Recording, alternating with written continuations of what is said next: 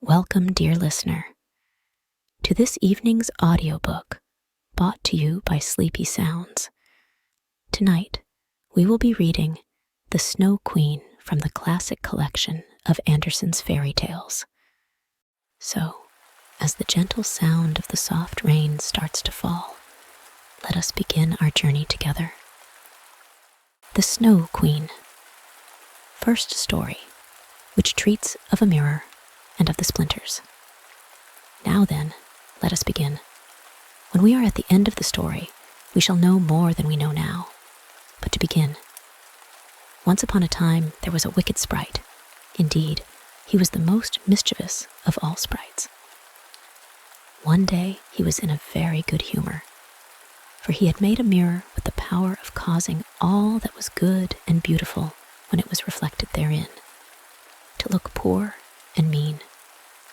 But that which was good for nothing and looked ugly was shown magnified and increased in ugliness.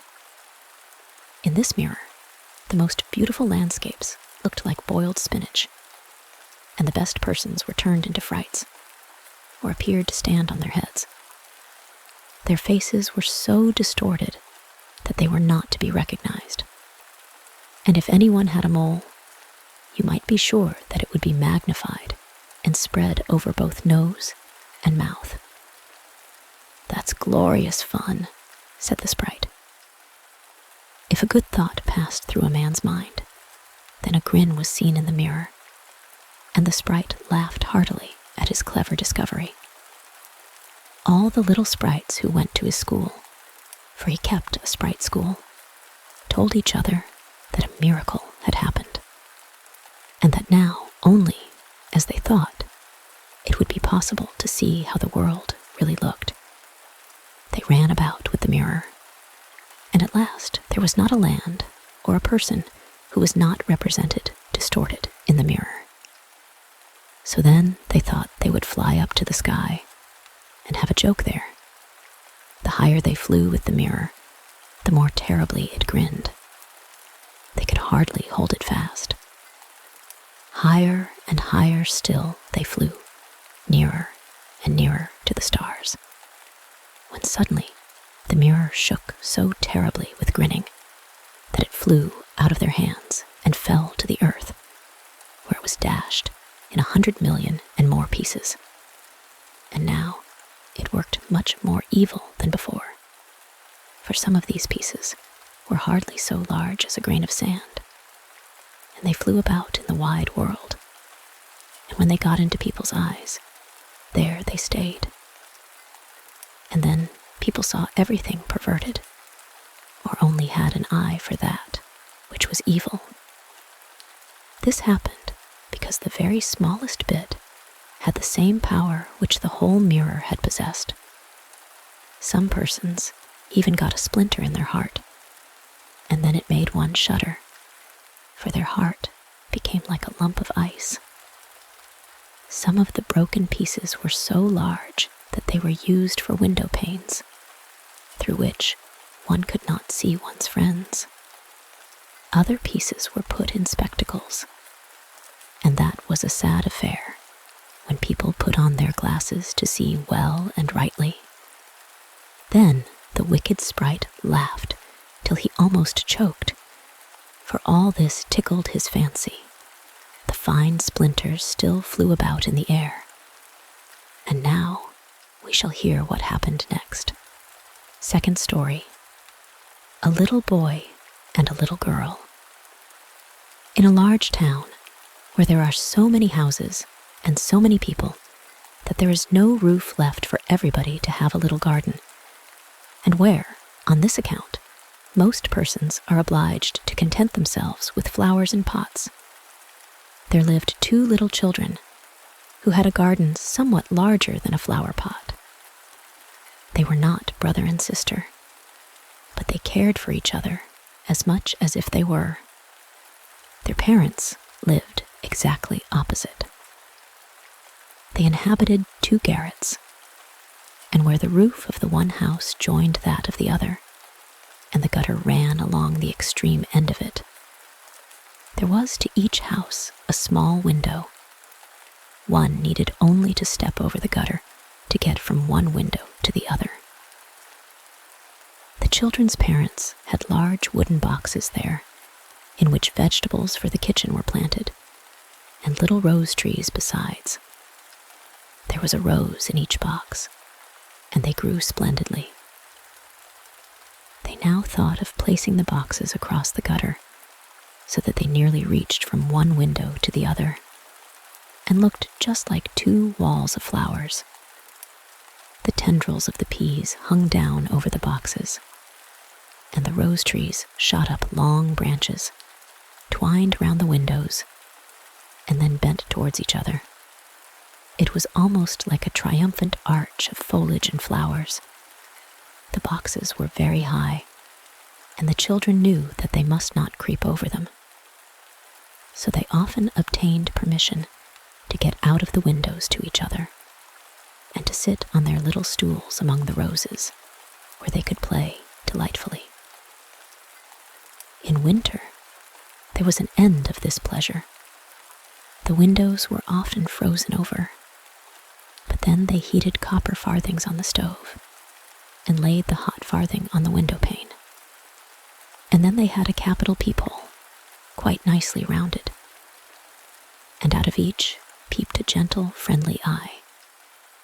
It was the little boy and the little girl who were looking out. His name was Kay. Hers was Gerda. In summer, with one jump, they could get to each other. But in winter, they were obliged first to go down the long stairs, and then up the long stairs again. And out of doors, there was quite a snowstorm. "It is the white bees that are swarming," said Kay's old grandmother. "Do the white bees choose a queen?" asked the little boy, for he knew that the honeybees always have one. "Yes," said the grandmother. "She flies where the swarm hangs in the thickest clusters. She is the largest of all, and she can never remain quietly on the earth, but goes up again into the black clouds. Many a winter's night she flies through the streets of the town and peeps in at the windows, and they then freeze in so wondrous a manner that they look like flowers. Yes, I have seen it," said both the children, and so they knew that it was true. "Can the Snow Queen come in?" said the little girl. "Only let her come in," said the little boy. "Then I'd put her on the stove, and she'd melt." And then his grandmother patted his head and told him other stories.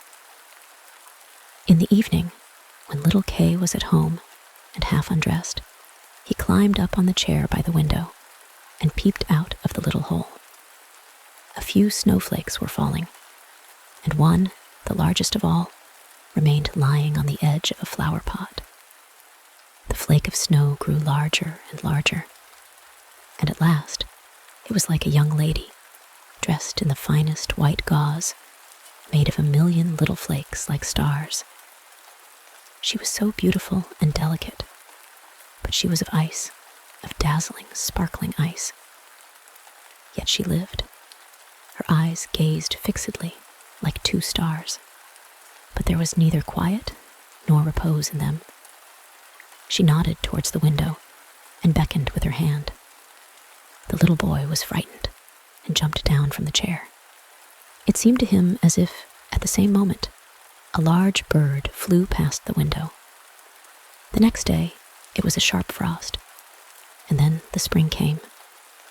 The sun shone, the green leaves appeared, the swallows built their nests, the windows were opened, and the little children again sat in their pretty garden, high up on the leads at the top of the house. That summer, the roses flowered in unwonted beauty. The little girl had learned a hymn in which there was something about roses. And then she thought of her own flowers, and she sang the verse to the little boy, who then sang it with her.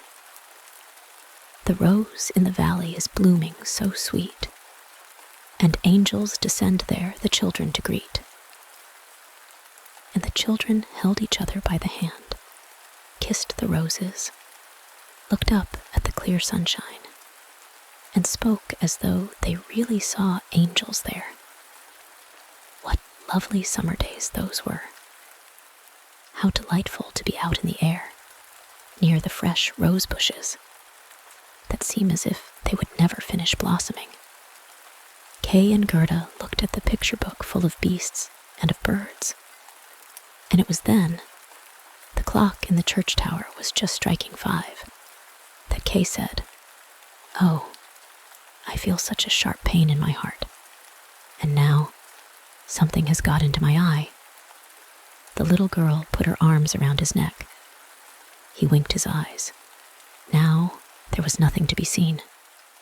"I think it is out now," said he, but it was not. It was just one of those pieces of glass from the magic mirror that had got into his eye.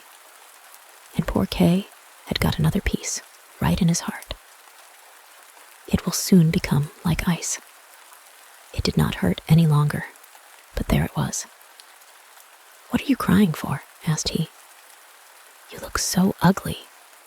There's nothing the matter with me."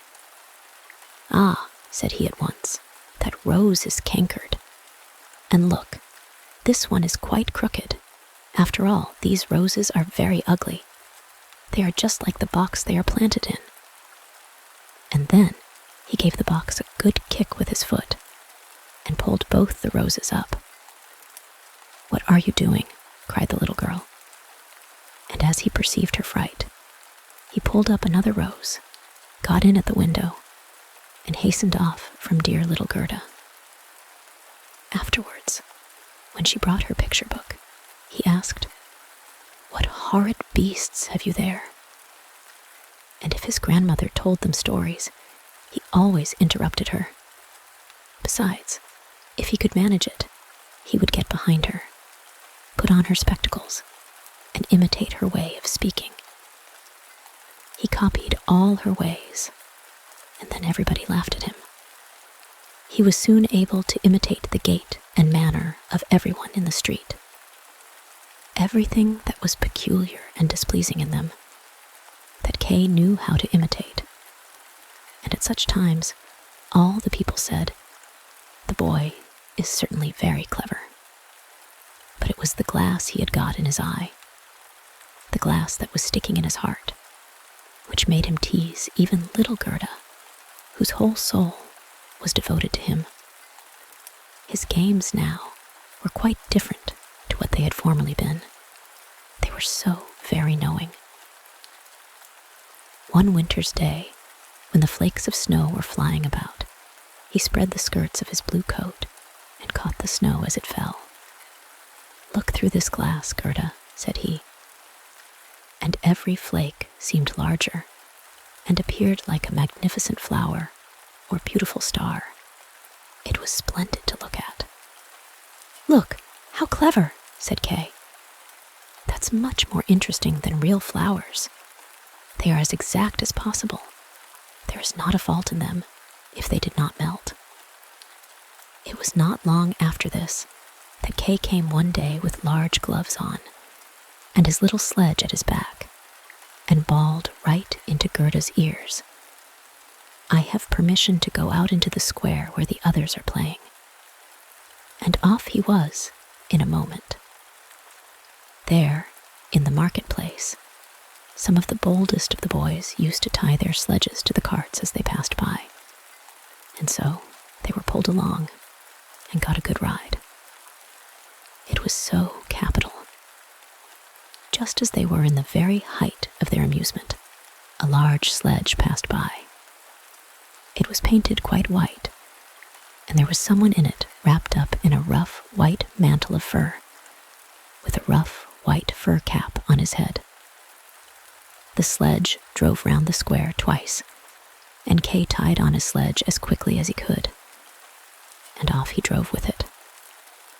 On they went quicker and quicker into the next street, and the person who drove turned round to Kay and nodded to him in a friendly manner, just as if they knew each other. Every time he was going to untie his sledge, the person nodded to him, and then Kay sat quiet. And so on they went, till they came outside the gates of the town. Then the snow began to fall so thickly that the little boy could not see an arm's length before him, but still on he went. When suddenly he let go, the string he held in his hand in order to get loose from the sledge, but it was of no use. Still, the little vehicle rushed on with the quickness of the wind. He then cried as loud as he could, but no one heard him. The snow drifted, and the sledge flew on. And sometimes it gave a jerk, as though they were driving over hedges and ditches. He was quite frightened, and he tried to repeat the Lord's Prayer. But all he could do, he was only able to remember the multiplication table. The snowflakes grew larger and larger, till at last they looked just like great white fowls. Suddenly, they flew on one side. The large sledge stopped, and the person who drove rose up. It was a lady. Her cloak and cap were of snow. She was tall and of slender figure and of a dazzling whiteness. It was the Snow Queen.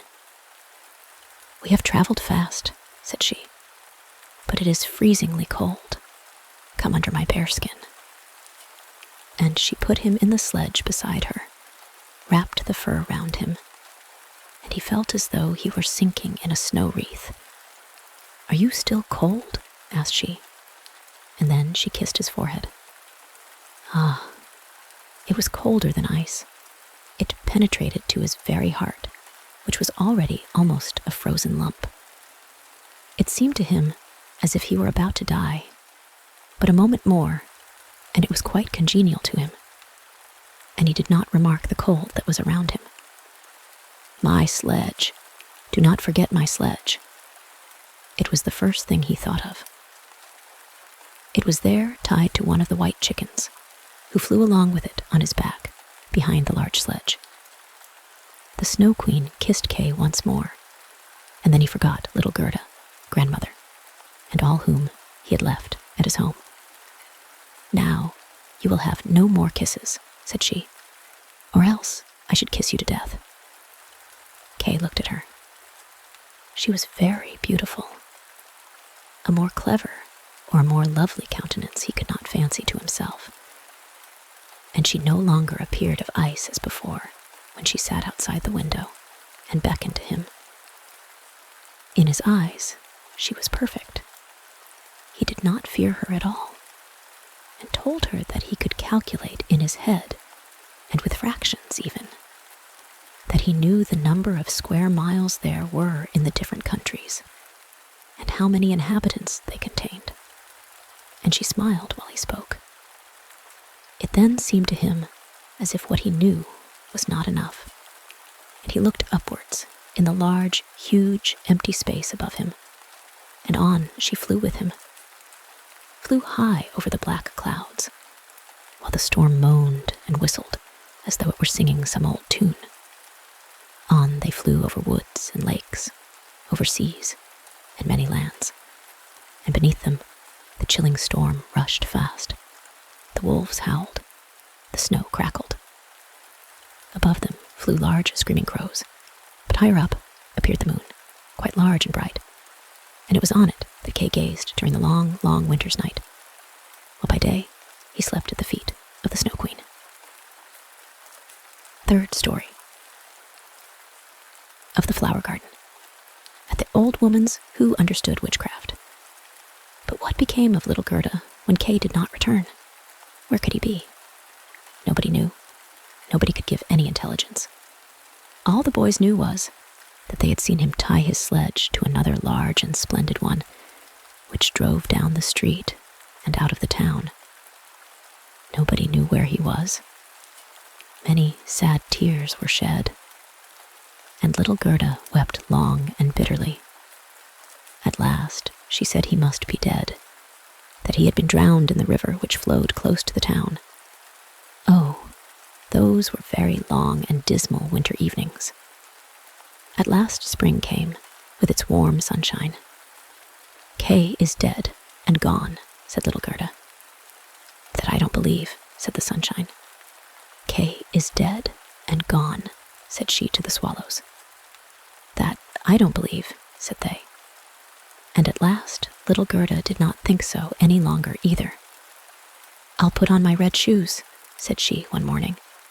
"Kay has never seen them, and then I'll go down to the river and ask there." It was quite early. She kissed her old grandmother, who was still asleep, put on her red shoes, and went alone to the river. "Is it true that you have taken my little playfellow? I will make you a present of my red shoes, if you will give him back to me." And, as it seemed to her, the blue waves nodded in a strange manner. Then she took off her red shoes, the most precious things she possessed, and threw them both into the river. But they fell close to the bank, and the little waves bore them immediately to land. It was as if the stream would not take what was dearest to her, for in reality it had not got little Kay.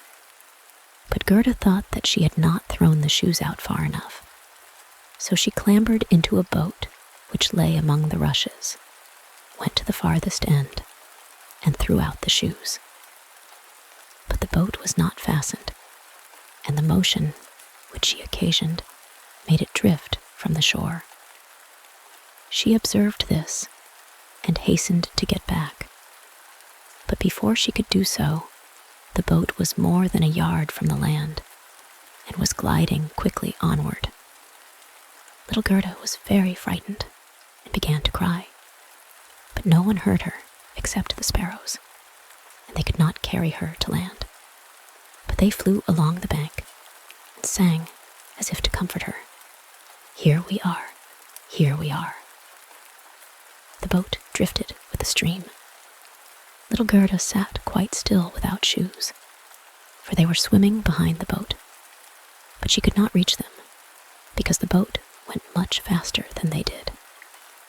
The banks on both sides were beautiful, lovely flowers, venerable trees, and slopes with sheep and cows, but not a human being was to be seen. "Perhaps the river will carry me to little Kay," said she, and then she grew less sad. She rose and looked for many hours at the beautiful green banks. Presently, she sailed by a large cherry orchard, where was a little cottage with curious red and blue windows. It was thatched, and before it, 2 wooden soldiers stood sentry and presented arms when anyone went past. Gerda called to them, for she thought they were alive, but they, of course, did not answer. She came close to them, for the stream drifted the boat quite near the land. Gerda called still louder, and an old woman then came out of the cottage, leaning upon a crooked stick. She had a large, broad-brimmed hat on, painted with the most splendid flowers. "Poor little child," said the old woman. "How did you get upon the large, rapid river, to be driven about so in the wide world?" And then the old woman went into the water, caught hold of the boat with her crooked stick, drew it to the bank, and lifted little Gerda out. And Gerda was so glad to be on dry land again, but she was rather afraid of the strange old woman. "But come and tell me who you are, and how you came here," said she. And Gerda told her all, and the old woman shook her head and said, "Ahem, ahem." And when Gerda had told her everything, and asked her if she had not seen little Kay, the woman answered that he had not passed there, but he no doubt would come. And she told her not to be cast down, but taste her cherries, and look at her flowers, which were finer than any in a picture book, each of which could tell a whole story. She then took Gerda by the hand, led her into the little cottage, and locked the door. The windows were very high up. The glass was red, blue, and green, and the sunlight shone through quite wondrously in all sorts of colors. On the table stood the most exquisite cherries, and Gerda ate as many as she chose, for she had permission to do so. While she was eating, the old woman combed her hair with a golden comb, and her hair curled and shone with a lovely golden color around that sweet little face, which was so round and so like a rose. "I have often longed for such a dear little girl," said the old woman. "Now you shall see how well we agree together." And while she combed little Gerda's hair, the child forgot her foster brother Kay more and more, for the old woman understood magic. But she was no evil being. She only practiced witchcraft a little for her own private amusement. And now she wanted very much to keep little Gerda. She therefore went out in the garden, stretched out her crooked stick towards the rose bushes, which, beautifully as they were blowing, all sank into the earth, and no one could tell where they had stood. The old woman feared that if Gerda should see the roses, she would then think of her own, would remember little Kay, and run away from her. She now led Gerda into the flower garden. Oh, what odor and what loveliness was there! Every flower that one could think of, and of every season, stood there in fullest bloom. No picture book could be gayer or more beautiful. Gerda jumped for joy, and played till the sun set behind the tall cherry tree. She then had a pretty bed, with a red silken coverlet filled with blue violets. She fell asleep, and had as pleasant dreams as ever, a queen on her wedding day. The next morning she went to play with the flowers in the warm sunshine, and thus passed away a day. Gerda knew every flower, and numerous as they were, it still seemed to Gerda that one was wanting, though she did not know which. One day, while she was looking at the hat of the old woman painted with flowers, the most beautiful of them all seemed to her to be a rose. The old woman had forgotten to take it from her hat when she made the others vanish in the earth. But so it is when one's thoughts are not collected. "What?" said Gerda. "Are there no roses here?" And she ran about amongst the flower beds and looked, but there was not one to be found.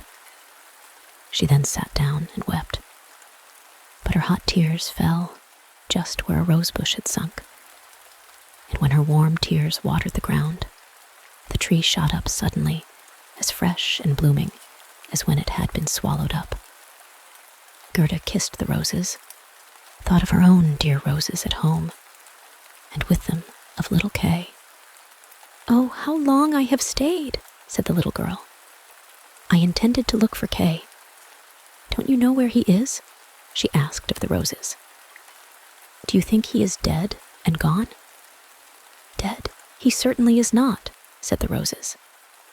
"We have been in the earth where all the dead are, but Kay was not there."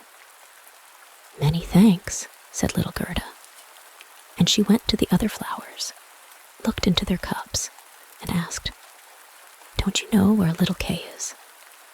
But every flower stood in the sunshine and dreamed its own fairy tale or its own story. And they all told her very many things, but not one knew anything of Kay. Well, what did the tiger lily say? "Hearest thou not the drum? Bum, bum." Those are the only two tones. Always bum, bum. Hark to the plaintive song of the old woman, to the call of the priests.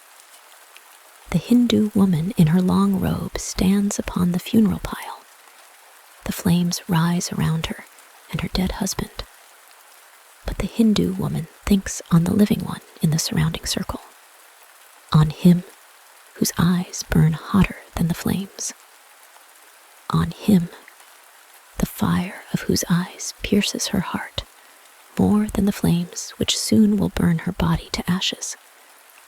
Can the heart's flame die in the flame of the funeral pile? "I don't understand that at all," said little Gerda. "That is my story," said the lily. What did the convolvulus say? Projecting over a narrow mountain path, there hangs an old feudal castle. Thick evergreens grow on the dilapidated walls, and around the altar, where a lovely maiden is standing. She bends over the railing and looks out upon the rose. No fresher rose hangs on the branches than she. No apple blossom carried away by the wind is more buoyant. How her silken robe is rustling. Is he not yet come? Is it Kay that you mean? Asked little Gerda. I am speaking about my story, about my dream, answered the convolvulus. What did the snowdrop say? Between the trees, a long board is hanging. It is a swing. 2 little girls are sitting in it and swing themselves backwards and forwards. Their frocks are as white as snow, and long green silk ribbons flutter from their bonnets. Their brother, who is older than they are, stands up in the swing. He twines his arms round the cords to hold himself fast, for in one hand he has a little cup, and in the other a clay pipe. He is blowing soap bubbles. The swing moves, and the bubbles float in charming changing colors. The last is still hanging to the end of the pipe and rocks in the breeze. The swing moves. The little black dog, as light as a soap bubble, jumps up on his hind legs to try to get into the swing. It moves. The dog falls down, barks, and is angry. They tease him. The bubble bursts. A swing, a bursting bubble. Such is my song. What you relate may be very pretty, but you tell it in so melancholy a manner, and do not mention Kay. What do the hyacinths say? There were once upon a time 3 sisters, quite transparent and very beautiful. The robe of the one was red, that of the second blue, and that of the third white. They danced hand in hand beside the calm lake in the clear moonshine. They were not elfin maidens, but mortal children. A sweet fragrance was smelt, and the maidens vanished in the wood. The fragrance grew stronger. 3 coffins, and in them 3 lovely maidens glided out of the forest and across the lake. The shining glowworms flew around like little floating lights. Do the dancing maidens sleep, or are they dead? The odor of the flowers says they are corpses. The evening bell tolls for the dead. You make me quite sad, said little Gerda. I cannot help thinking of the dead maidens. Oh, is little Kay really dead? The roses have been in the earth, and they say no. Ding dong, sounded the hyacinth bells. We do not toll for little Kay. We do not know him. That is our way of singing, the only one we have. And Gerda went to the ranunculuses that looked forth from among the shining green leaves. You are a little bright sun, said Gerda. Tell me if you know where I can find my playfellow. And the ranunculus shone brightly and looked again at Gerda. What song could the ranunculus sing? It was one that said nothing about Kay either. In a small court, the bright sun was shining in the first days of spring. The beams glided down the white walls of a neighbor's house, and close by, the fresh yellow flowers were growing, shining like gold in the warm sun rays. An old grandmother was sitting in the air. Her granddaughter, the poor and lovely servant, just come for a short visit. She knows her grandmother. There was gold, pure virgin gold, in that blessed kiss. There, that is my little story, said the ranunculus. My poor old grandmother, sighed Gerda. Yes, she is longing for me, no doubt. She is sorrowing for me, as she did for little Kay. But I will soon come home, and then I will bring Kay with me. It is of no use asking the flowers. They only know their own old rhymes, and can tell me nothing. And she tucked up her frock to enable her to run quicker. But the narcissus gave her a knock on the leg, just as she was going to jump over it. So she stood still, looked at the long yellow flower, and asked, "You perhaps know something?" And she bent down to the narcissus. And what did it say? "I can see myself. I can see myself. Oh, how odorous I am." Up in the little garret there stands, half-dressed, a little dancer. She stands now on one leg, now on both. She despises the whole world. Yet she lives only in imagination. She pours water out of the teapot over a piece of stuff which she holds in her hand. It is the bodice. Cleanliness is a fine thing. The white dress is hanging on the hook. It was washed in the teapot and dried on the roof. She puts it on, ties a saffron-colored kerchief round her neck, and then the gown looks whiter. I can see myself. I can see myself. "That's nothing to me," said little Gerda. "That does not concern me." And then off she ran to the further end of the garden. The gate was locked, but she shook the rusted bolt till it was loosened, and the gate opened, and little Gerda ran off barefooted into the wide world. She looked round her thrice, but no one followed her.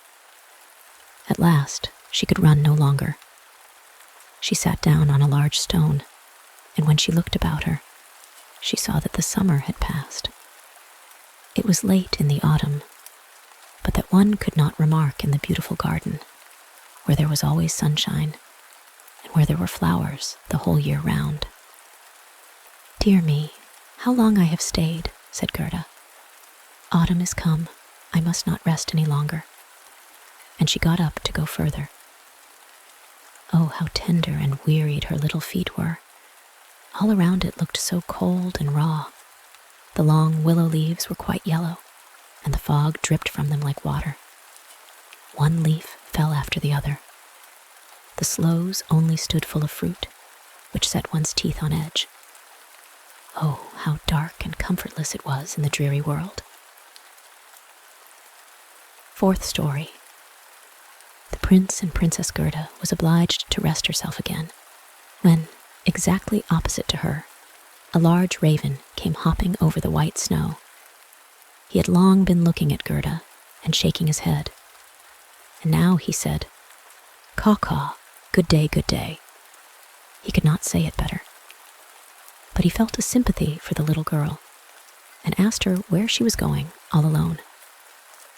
The word alone, Gerda understood quite well, and felt how much was expressed by it. So she told the raven her whole history, and asked if he had not seen Kay. The raven nodded very gravely and said, "It may be. It may be." "What? Do you really think so?"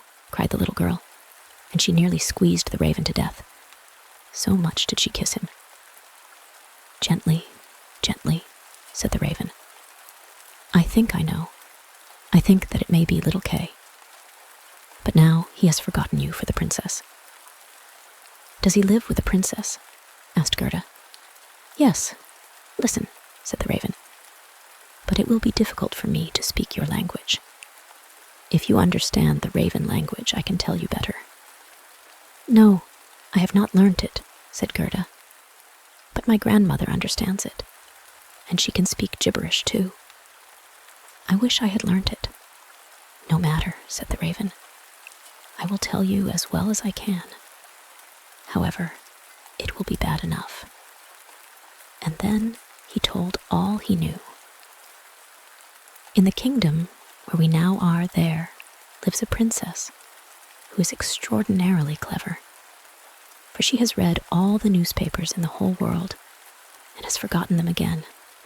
So clever is she. She was lately, it is said, sitting on her throne, which is not very amusing after all, when she began humming an old tune, and it was just, "Oh, why should I not be married? That song is not without its meaning," said she. And so then she was determined to marry. But she would have a husband who knew how to give an answer when he was spoken to. not one who looked only as if he were a great personage, for that is so tiresome. She then had all the ladies of the court drummed together, and when they heard her intention, all were very pleased and said, "We are very glad to hear it. It is the very thing we were thinking of." "You may believe every word I say," said the raven, "for I have a tame sweetheart that hops about in the palace quite free. And it was she who told me all this." The newspapers appeared forthwith, with a border of hearts and the initials of the princess, and therein you might read that every good-looking young man was at liberty to come to the palace and speak to the princess, and he who spoke in such wise as showed he felt himself at home there, that one the princess would choose for her husband. "Yes, yes," said the raven, "you may believe it. It is as true as I am sitting here." People came in crowds. There was a crush and a hurry, but no one was successful either on the first or second day. They could all talk well enough when they were out in the street. But as soon as they came inside the palace gates and saw the guard richly dressed in silver, and the lackeys in gold on the staircase, and the large illuminated saloons, then they were abashed. And when they stood before the throne on which the princess was sitting, all they could do was to repeat the last word they had uttered, and to hear it again did not interest her very much. It was just as if the people within were under a charm, and had fallen into a trance till they came out again into the street. For then, oh then, they could chatter enough. There was a whole row of them standing from the town gates to the palace. "I was there myself to look," said the raven. "They grew hungry and thirsty. But from the palace they got nothing whatever, not even a glass of water. Some of the cleverest, it is true, had taken bread and butter with them, but none shared it with his neighbor, for each thought, 'Let him look hungry, and then the princess won't have him.' But Kay, little Kay," said Gerda, "when did he come? Was he among the number? Patience, patience, we are just come to him. It was on the third day when a little personage without horse or equipage came marching right boldly up to the palace. His eyes shone like yours. He had beautiful long hair, but his clothes were very shabby." "That was Kay," said Gerda, with a voice of delight. "Oh, now I've found him." And she clapped her hands for joy. "He had a little knapsack at his back," said the raven. "No, that was certainly his sledge," said Gerda. "For when he went away, he took his sledge with him." "That may be," said the raven. "I did not examine him so minutely, but I know from my tame sweetheart that when he came into the courtyard of the palace and saw the bodyguard in silver, the lackeys on the staircase, he was not the least abashed. He nodded and said to them, 'It must be very tiresome to stand on the stairs. For my part, I shall go in.' The saloons were gleaming with lustres. Privy councillors and excellencies were walking about barefooted and wore gold keys. It was enough to make anyone feel uncomfortable. His boots creaked too, so loudly, but still he was not at all afraid. "That's Kay for certain," said Gerda. "I know he had on new boots. I have heard them creaking in Grandmamma's room." "Yes, they creaked," said the raven, and on he went boldly up to the princess, who was sitting on a pearl as large as a spinning wheel. All the ladies of the court, with their attendants and attendants, and all the cavaliers, with their gentlemen and gentlemen's gentlemen, stood round. And the nearer they stood to the door, the prouder they looked. It hardly possible to look at the gentleman's gentleman. So very haughtily did he stand in the doorway. "It must have been terrible," said little Gerda. "And did Kay get the princess? Were I not a raven, I should have taken the princess myself, although I am promised. It is said he spoke as well as I speak when I talk raven language. This I learned from my tame sweetheart. He was bold and nicely behaved. He had not come to woo the princess, but only to hear her wisdom. She pleased him, and he pleased her." Yes, for certain that was Kay," said Gerda. "He was so clever. He could reckon fractions in his head. Oh, won't you take me to the palace?" "That is very easily said," answered the raven. "But how are we to manage it? I'll speak to my tame sweetheart about it. She must advise us. For so much I must tell you. Such a little girl as you are will never get permission to enter." "Oh, yes, I shall," said Gerda. "When Kay hears that I am here, he will come out directly to fetch me." "Wait for me here on these steps," said the raven. He moved his head backwards and forwards and flew away. The evening was closing in when the raven returned. "Caw-caw," said he. "She sends you her compliments, and here is a roll for you.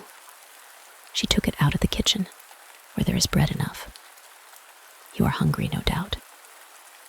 It is not possible for you to enter the palace, for you are barefooted. The guards in silver and the lackeys in gold would not allow it. But do not cry, you shall come in still. My sweetheart knows a little back stair that leads to the bedchamber, and she knows where she can get the key of it."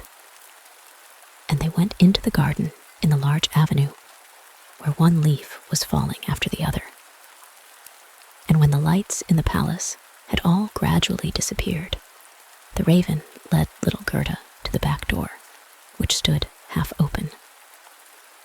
Oh, how Gerda's heart beat with anxiety and longing. It was just as if she had been about to do something wrong, and yet she only wanted to know if little Kay was there. Yes, he must be there. She called to mind his intelligent eyes and his long hair so vividly she could quite see him as he used to laugh when they were sitting under the roses at home.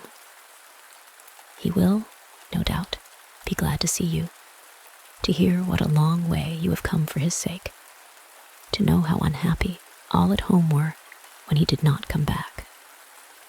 Oh, what a fright and a joy it was. They were now on the stairs.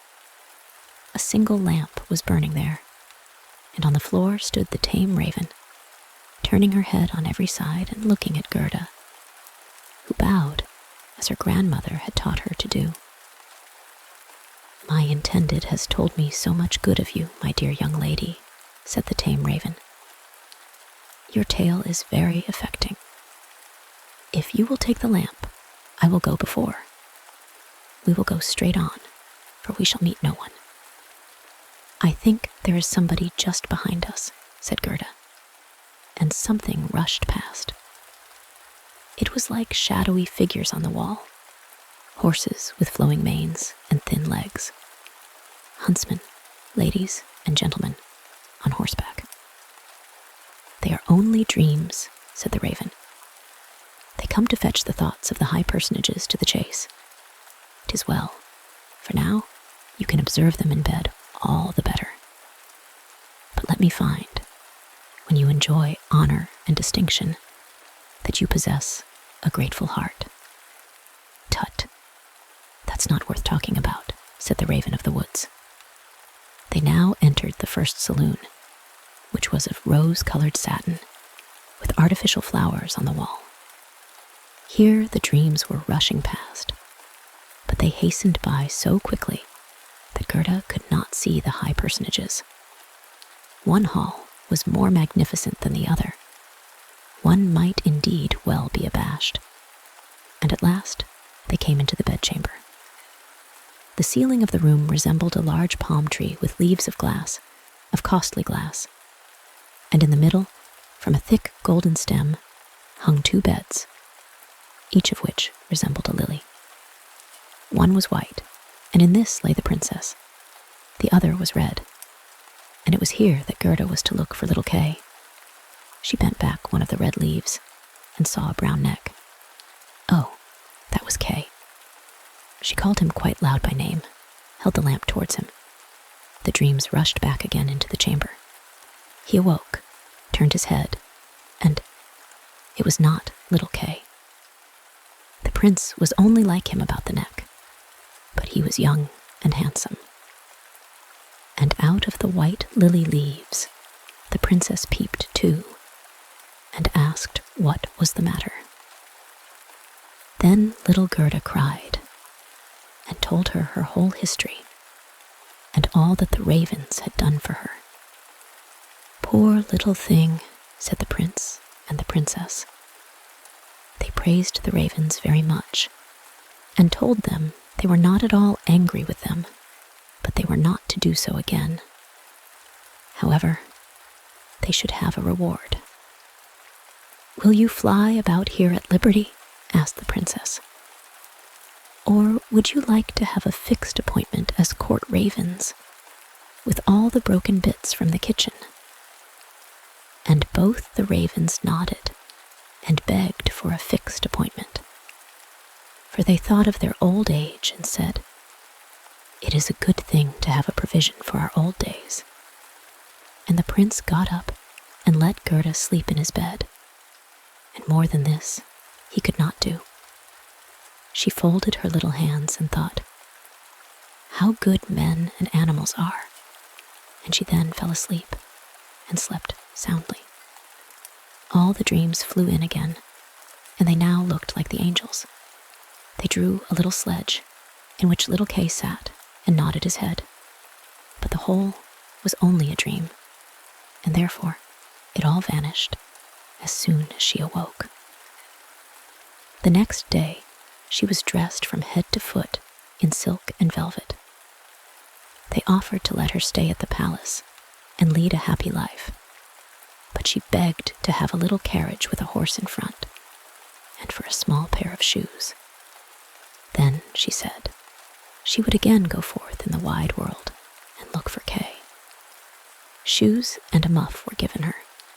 She was, too, dressed very nicely, and when she was about to set off, a new carriage stopped before the door. It was of pure gold, and the arms of the prince and princess shone like a star upon it.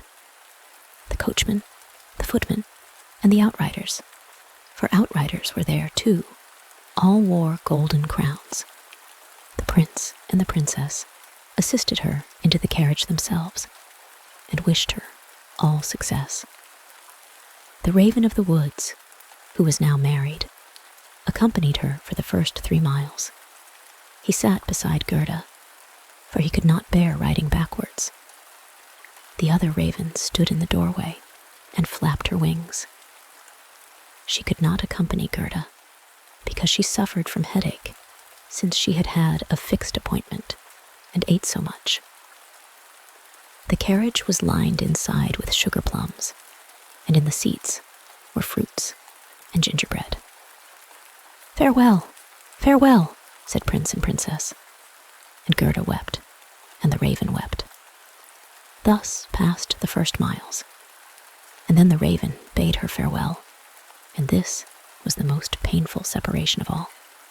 He flew into a tree and beat his black wings as long as he could see the carriage that shone from afar like a sunbeam. Fifth story, The Little Robber Maiden. They drove through the dark wood, but the carriage shone like a torch, and it dazzled the eyes of the robbers so that they could not bear to look at it. "'Tis gold, 'tis gold," they said, and they rushed forward, seized the horses, knocked down the little postilion, the coachman, and the servants, and pulled little Gerda out of the carriage. "How plump, how beautiful she is! She must have been fed on nut kernels," said the old female robber, who had a long, scrubby beard and bushy eyebrows that hung down over her eyes. "She is as good as a fatted lamb. How nice she will be." And then she drew out a knife, the blade of which shone so that it was quite dreadful to behold. "Oh," said the woman at the same moment. She had been bitten in the ear by her own little daughter, who hung at her back, and who was so wild and unmanageable that it was quite amusing to see her. "You naughty child," said the mother. And now she had not time to kill Gerda. "She shall play with me," said the little robber child. "She shall give me her muff and her pretty frock. She shall sleep in my bed." And then she gave her mother another bite, so that she jumped and ran round with the pain. And the robbers laughed and said, "Look, how she is dancing with the little one." "I will go into the carriage," said the little robber maiden, and she would have her will, for she was very spoiled and very headstrong. She and Gerda got in, and then away they drove over the stumps of felled trees, deeper and deeper into the woods. The little robber maiden was as tall as Gerda, but stronger, broader shouldered, and of dark complexion. Her eyes were quite black. They looked almost melancholy. She embraced little Gerda and said, "They shall not kill you as long as I am not displeased with you. You are, doubtless, a princess?" "No," said little Gerda, who then related all that had happened to her and how much she cared about little Kay. The little robber maiden looked at her with a serious air, nodded her head slightly, and said, "They shall not kill you, even if I am angry with you. Then I will do it myself." And she dried Gerda's eyes and put both her hands in the handsome muff, which was so soft and warm. At length, the carriage stopped. They were in the midst of the courtyard of a robber's castle. It was full of cracks from top to bottom, and out of the openings, magpies and rooks were flying, and the great bulldogs, each of which looked as if he could swallow a man, jumped up, but they did not bark, for that was forbidden. In the midst of the large, old, smoking hall burnt a great fire on the stone floor. The smoke disappeared under the stones and had to seek its own egress.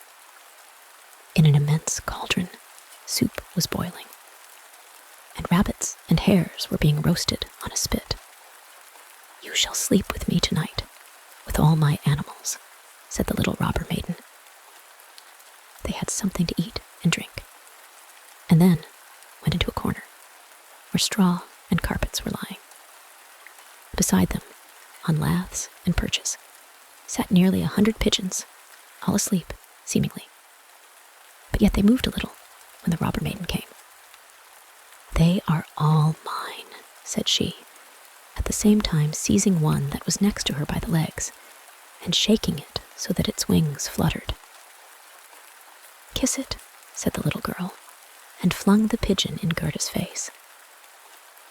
"Up there is the rabble of the wood," continued she, pointing to several laths, which were fastened before a hole high up in the wall.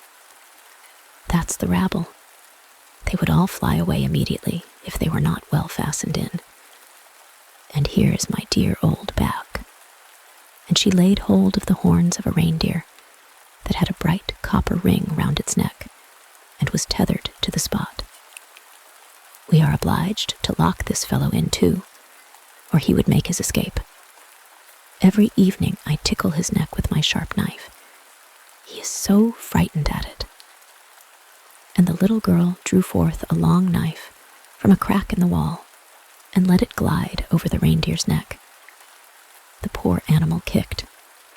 The girl laughed and pulled Gerda into bed with her. "Do you intend to keep your knife while you sleep?" asked Gerda, looking at it rather fearfully. "I always sleep with the knife," said the little robber maiden. There is no knowing what may happen. But tell me now, once more, all about little Kay, and why you have started off in the wide world alone." And Gerda related all, from the very beginning. The wood pigeons cooed above in their cage, and the others slept. The little robber maiden wound her arm round Gerda's neck, held the knife in the other hand, and snored so loud that everybody could hear her. But Gerda could not close her eyes, for she did not know whether she was to live or die. The robbers sat round the fire, sang and drank, and the old female robber jumped about so that it was quite dreadful for Gerda to see her. Then the wood pigeon said, "Coo, coo, we have seen little Kay. A white hen carries his sledge. He himself sat in the carriage of the Snow Queen, who passed here, down just over the wood. As we lay in our nest, she blew upon us young ones, and all died except we two. Cuckoo." "What is that you say up there?" said little Gerda. "Where did the Snow Queen go to? Do you know anything about it?" "She is no doubt gone to Lapland, for there is always snow and ice there. Only ask the reindeer who is tethered there. Ice and snow is there. There it is, glorious and beautiful," said the reindeer. "One can spring about in the large shining valleys. The Snow Queen has her summer tent there, but her fixed abode is high up towards the North Pole, on the island called Spitzbergen." "Oh, Kay, poor little Kay," sighed Gerda. "Do you choose to be quiet?" said the robber maiden. "If you don't, I shall make you." In the morning, Gerda told her all that the wood pigeons had said, and the little maiden looked very serious, but she nodded her head and said, That's no matter. "Do you know where Lapland lies?" she asked of the reindeer. "Who should know better than I?" said the animal, and his eyes rolled in his head. "I was born and bred there. There I leapt about on the fields of snow." "Listen," said the robber maiden to Gerda. "You see that the men are gone, but my mother is still here, and will remain. However, towards morning, she takes a draught out of the large flask, and then she sleeps a little. Then I will do something for you." She now jumped out of bed, flew to her mother, with her arms round her neck, and pulling her by the beard, said, "Good morrow, my own sweet nanny goat of a mother." And her mother took hold of her nose, and pinched it till it was red and blue. But this was all done out of pure love. When the mother had taken a sup at her flask, and was having a nap, the little robber maiden went to the reindeer and said, "I should very much like to give you still many a tickling with the sharp knife, for then you are so amusing. However, I will untether you and help you out, so that you may go back to Lapland. But you must make good use of your legs, and take this little girl for me to the palace of the Snow Queen, where her playfellow is. You have heard, I suppose, all she said, for she spoke loud enough, and you were listening." The reindeer gave a bound for joy. The robber maiden lifted up little Gerda and took the precaution to bind her fast on the reindeer's back. She even gave her a small cushion to sit on. "Here are your worsted leggings, for it will be cold. But the muff I shall keep for myself, for it is so very pretty. But I do not wish you to be cold. Here is a pair of lined gloves of my mother's. They just reach up to your elbow. On with them. Now you look about the hands just like my ugly old mother." And Gerda wept for joy. "I can't bear to see you fretting," said the little robber maiden. "This is just the time when you ought to look pleased. Here are 2 loaves and a ham for you, so that you won't starve." The bread and the meat were fastened to the reindeer's back. The the little maiden opened the door, called in all the dogs, and then with her knife cut the rope that fastened the animal, and said to him, "Now, off with you, but take good care of the little girl." And Gerda stretched out her hands with the large, wadded gloves towards the robber maiden, and said, "Farewell." And the reindeer flew on over bush and bramble, through the great wood, over moor and heath, as fast as he could go. A strange sound was heard in the sky. It was just as if somebody was sneezing. "These are my old northern lights," said the reindeer. "Look how they gleam." And on he now sped still quicker. Day and night on he went. The loaves were consumed, and the ham too, and now they were in Lapland. Sixth story. The Lapland woman and the Finland woman. Suddenly they stopped before a little house, which looked very miserable. The roof reached to the ground, and the door was so low that the family were obliged to creep upon their stomachs when they went in or out. Nobody was at home except an old Lapland woman who was dressing fish by the light of an oil lamp. And the reindeer told her the whole of Gerda's history, but first of all his own, for that seemed to him of much greater importance. Gerda was so chilled that she could not speak. "Poor thing," said the Lapland woman, "you have far to run still. You have more than 100 miles to go before you get to Finland. There the Snow Queen has her country house and burns blue lights every evening. I will give you a few words from me, which I will write on a dried haberdin, for paper I have none. This you can take with you to the Finland woman, and she will be able to give you more information than I can."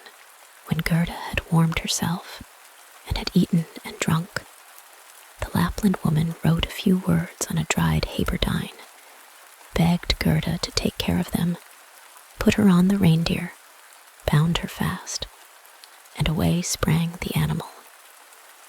The strange sound was again heard in the air. The most charming blue lights burned the whole night in the sky, and at last they came to Finland.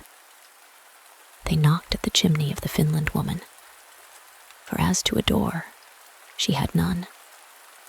There was such a heat inside that the Finland woman herself went about almost naked. She was diminutive and dirty.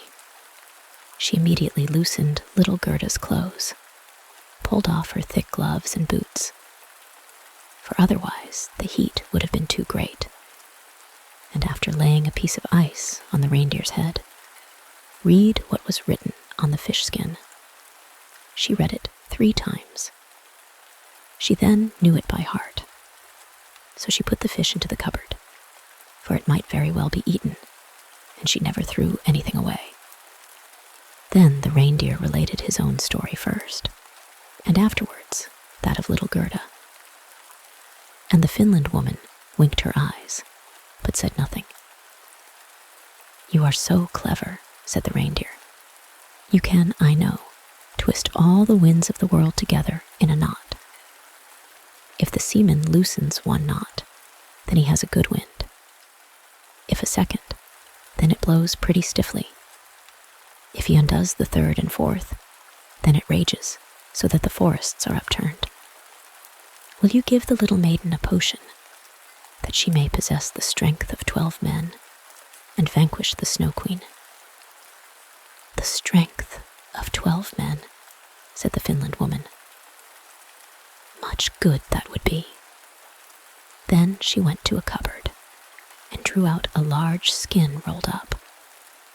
When she had unrolled it, strange characters were to be seen written thereon, and the Finland woman read at such a rate that the perspiration trickled down her forehead. But the reindeer begged so hard for little Gerda, and Gerda looked so imploringly with tearful eyes at the Finland woman that she winked and drew the reindeer aside into a corner, where they whispered together while the animal got some fresh ice put on his head. 'Tis true, little Kay is at the Snow Queen's, and finds everything there quite to his taste.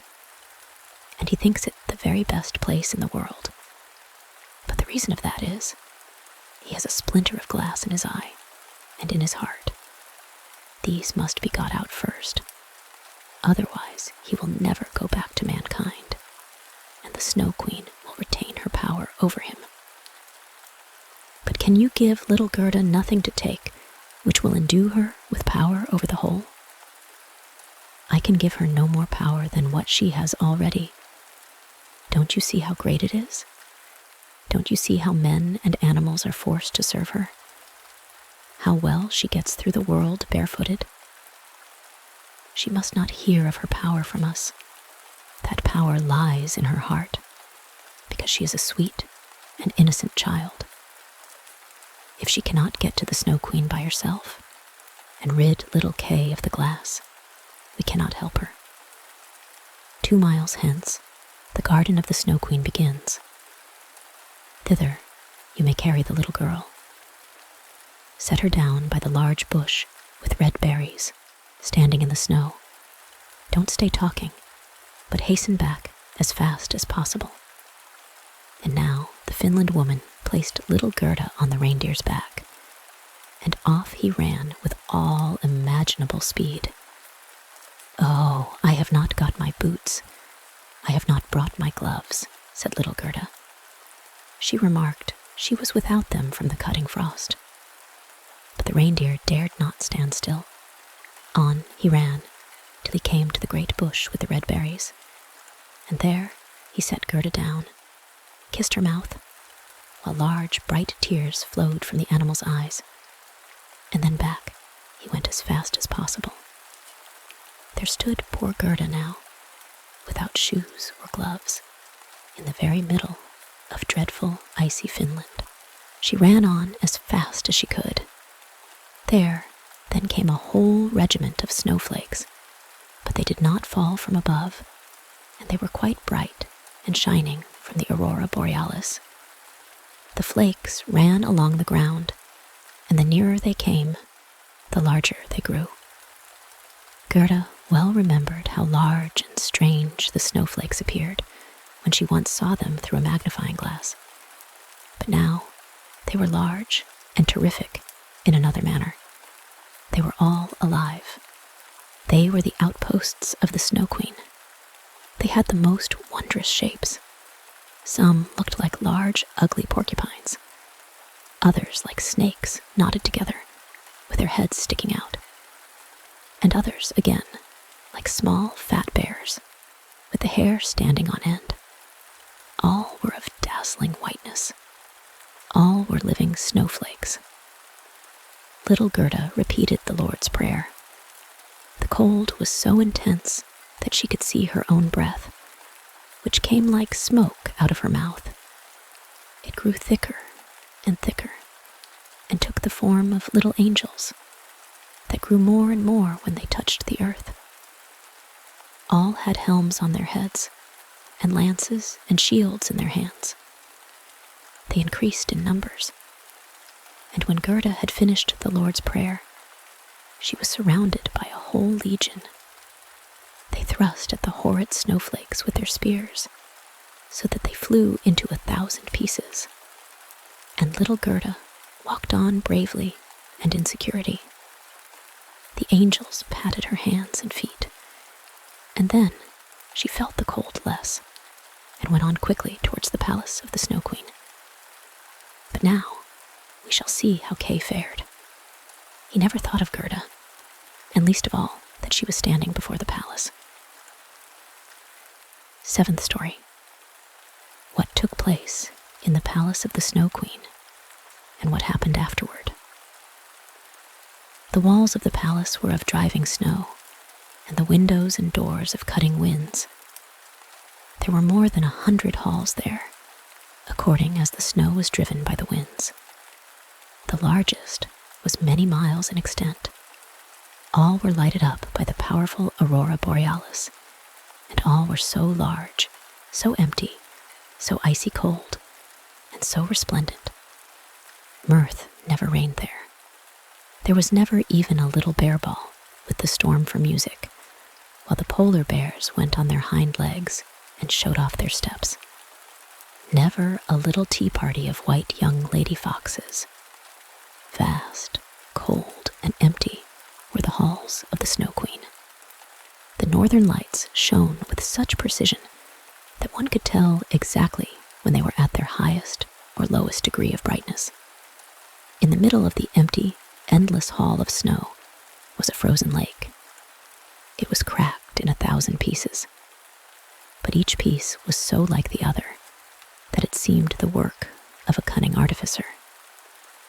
In the middle of this lake sat the Snow Queen when she was at home, and then she said she was sitting in the mirror of understanding, and that this was the only one and the best thing in the world.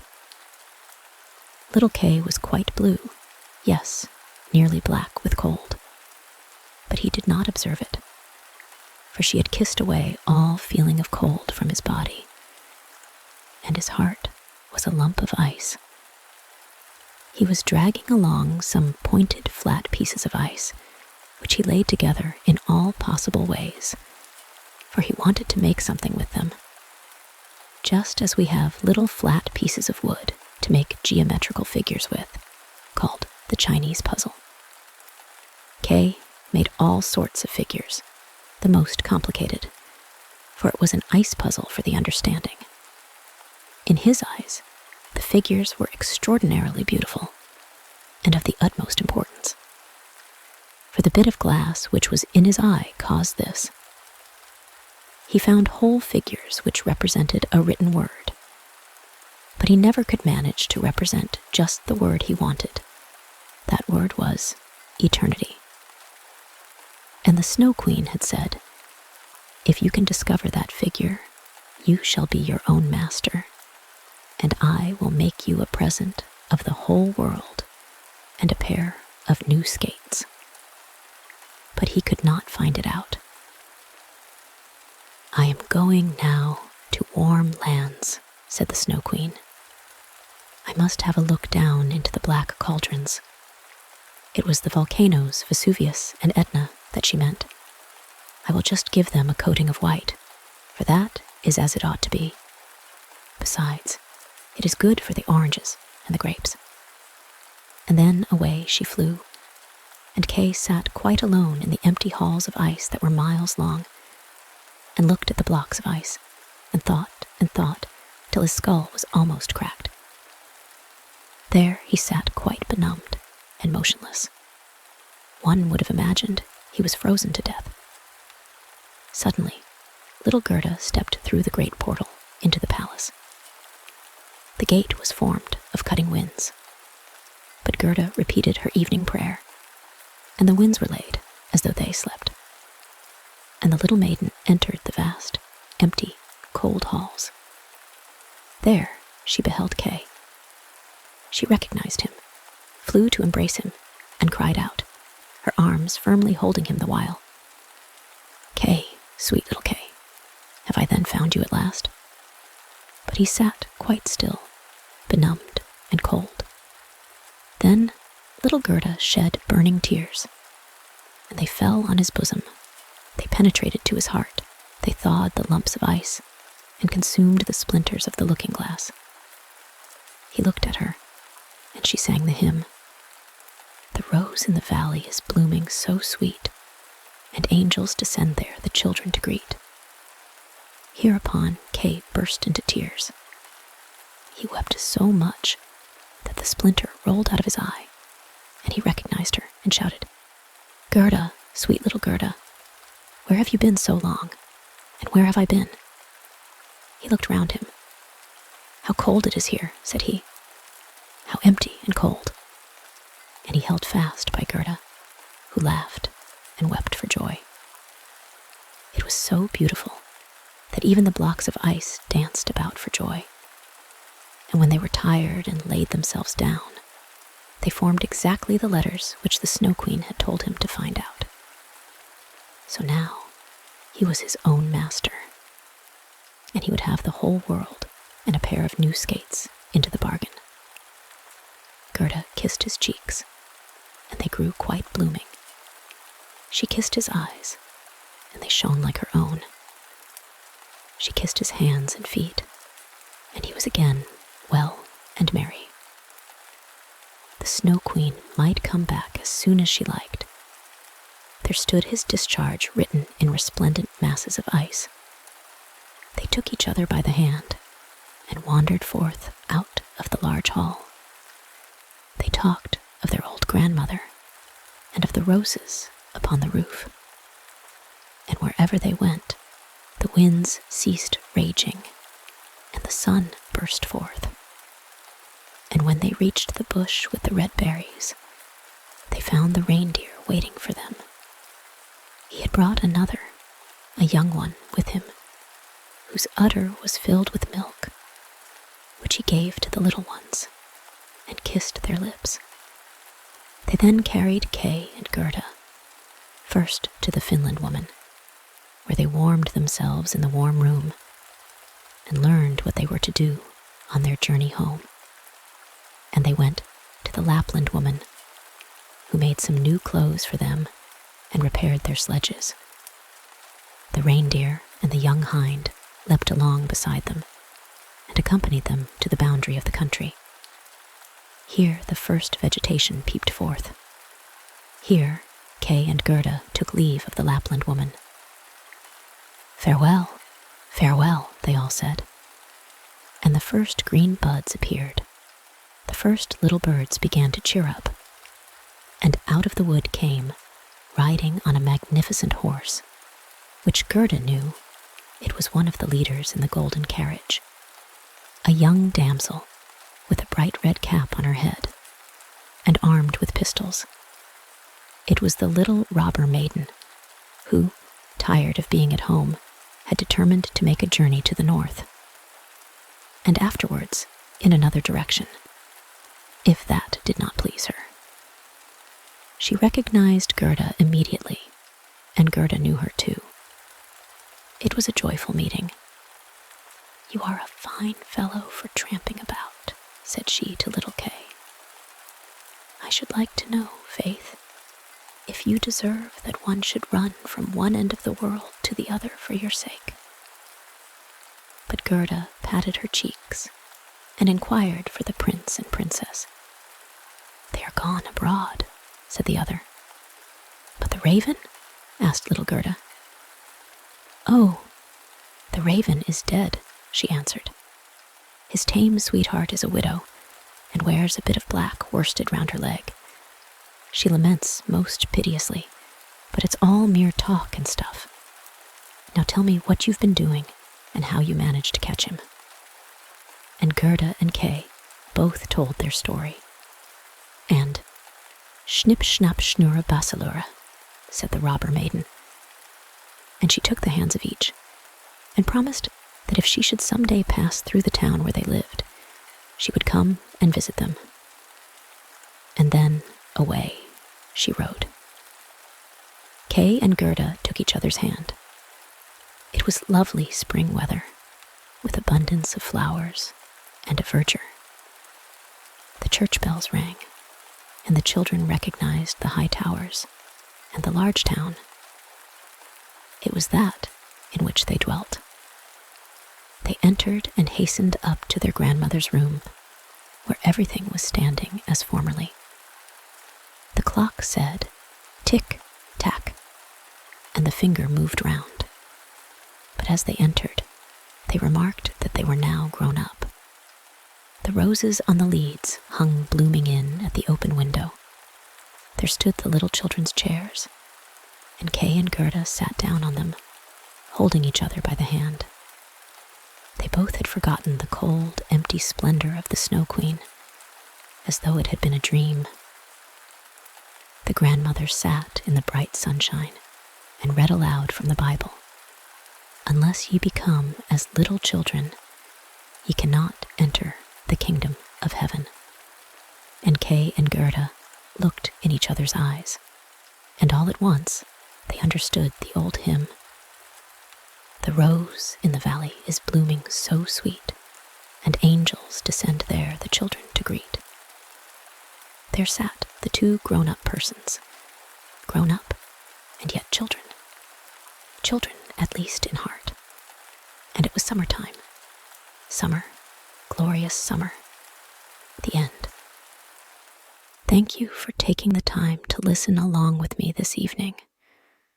I hope this has helped to relax you and that you have enjoyed the story. If there are any stories you would like to hear in the future, please leave a comment in the section below. And please consider subscribing so that you won't miss out on all the stories coming to the channel very soon. And until next time, goodbye for now.